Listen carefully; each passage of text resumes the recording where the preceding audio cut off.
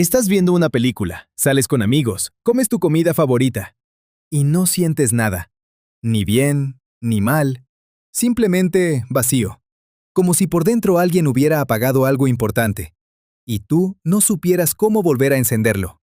A la depresión solemos verla como la enfermedad de nuestra época, demasiado estrés, muy poco sentido, pantallas demasiado brillantes en lugar de gente de carne y hueso. 1 de cada 5 personas en el planeta la vive.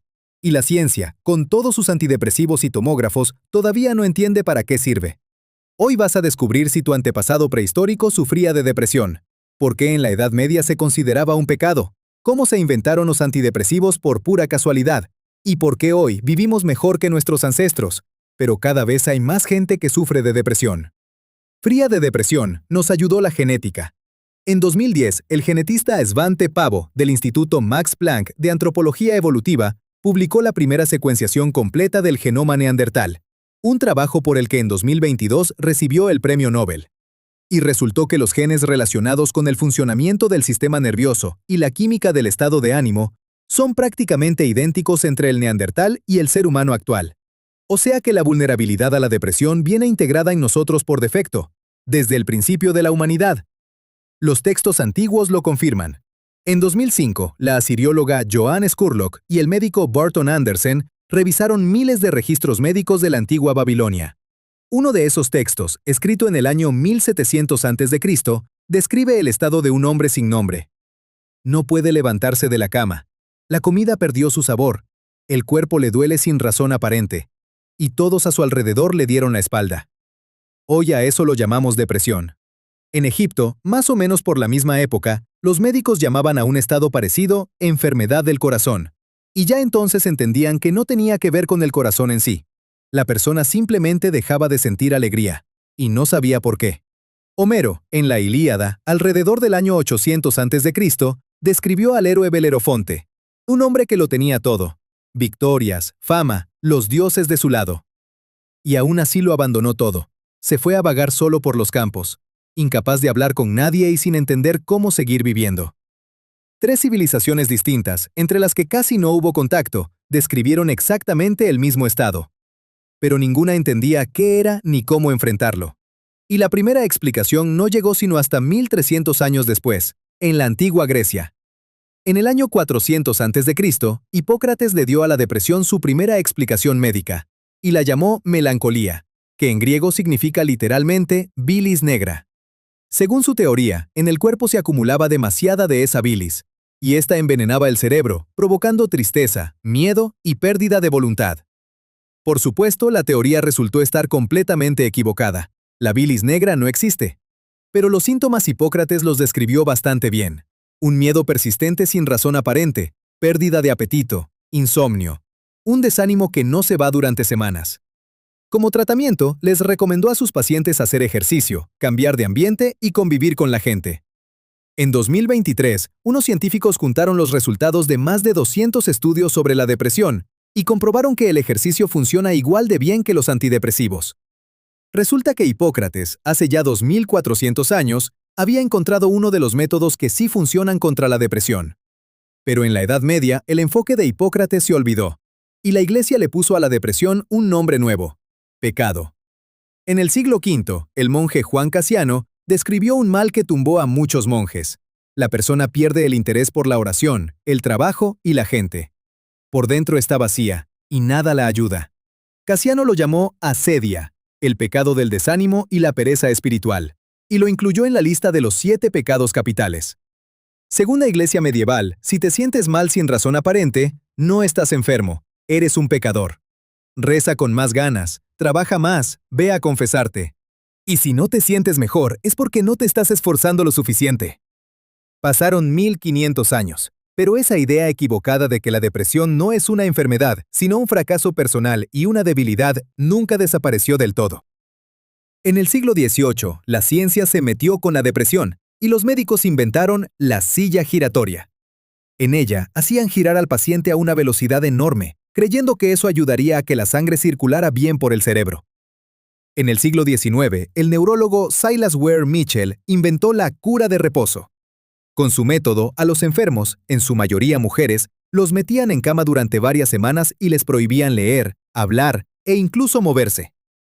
La escritora Charlotte Perkins Gilman pasó por ese tratamiento y escribió el cuento El papel tapiz amarillo, sobre cómo esa cura la llevó al borde de la locura.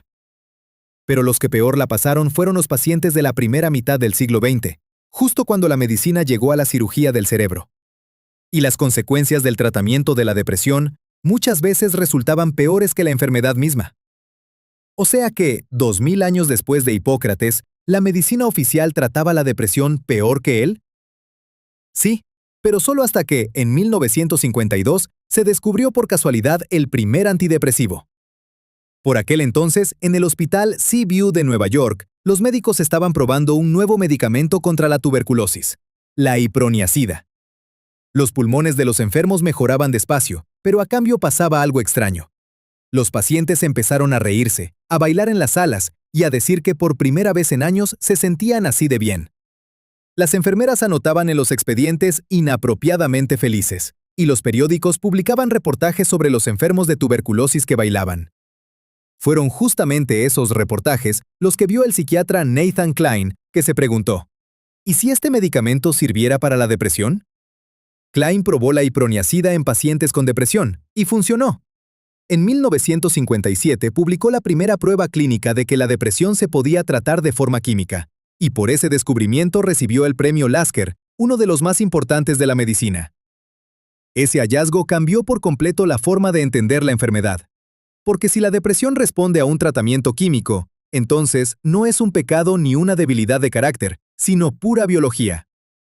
Y aún así, recién 23 años después del descubrimiento de Klein, en 1980, la depresión fue reconocida como un diagnóstico oficial.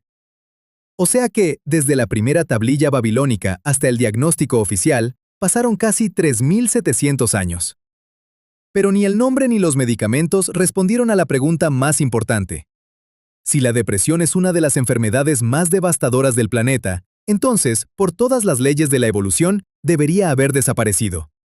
La gente con depresión sobrevivía peor y dejaba menos descendencia, así que, a lo largo de cientos de miles de años, los genes que provocan la depresión tendrían que haber ido desapareciendo poco a poco. Pero eso no pasó, y hoy, 1 de cada 5 personas ha vivido la depresión al menos una vez en su vida. ¿Por qué entonces la evolución conservó en nuestra especie esa predisposición a la depresión? Randolph Nesse, de la Universidad Estatal de Arizona, le dedicó 30 años a esta pregunta, y su respuesta le da la vuelta a lo que creíamos sobre esta enfermedad. La depresión no es una avería, es una señal. Te dejó la persona que amabas, perdiste el trabajo, o te encontraste en una situación de la que no se ve la salida. Y el cerebro, en respuesta a ese estrés, literalmente pone tu vida en pausa. Dejas de comer, de hablar con la gente, de moverte.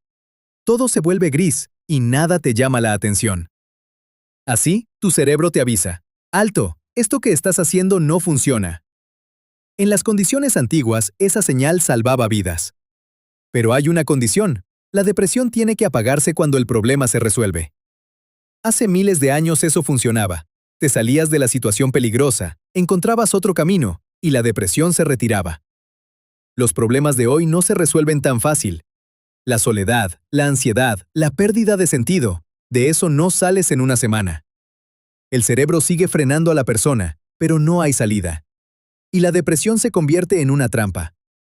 Pero, ¿dónde está la línea entre la depresión como señal y la depresión como enfermedad? La ciencia todavía no lo sabe con certeza. Aunque quizá la pregunta más importante no sea ¿para qué apareció la depresión?, sino ¿por qué, durante tanto tiempo, obligamos a la gente a atravesarla en soledad? Durante miles de años, la humanidad discutió qué era esto: un pecado, pereza, química del cerebro o un antiguo mecanismo de defensa. Pero para la persona que está dentro de la depresión, todas esas explicaciones muchas veces no cambian nada. A ella no le importa saber cómo se llama. Le importa que alguien se dé cuenta de que está atrapada. Porque la depresión rara vez se ve como una tragedia desde afuera. La persona puede responder los mensajes, ir al trabajo, sonreír, salir con amigos, y aún así, cada día, ir alejándose sin que se note de su propia vida. Y esto, seguramente, es lo más importante que deberíamos haber entendido en 4000 años. No todo el que calla puede con esto. No todo el que sonríe siente alegría. Y no todo el que dice estoy cansado está pidiendo nada más un día de descanso. A veces es una súplica que la persona todavía no sabe ni cómo pronunciar. Por favor, no me dejen solo.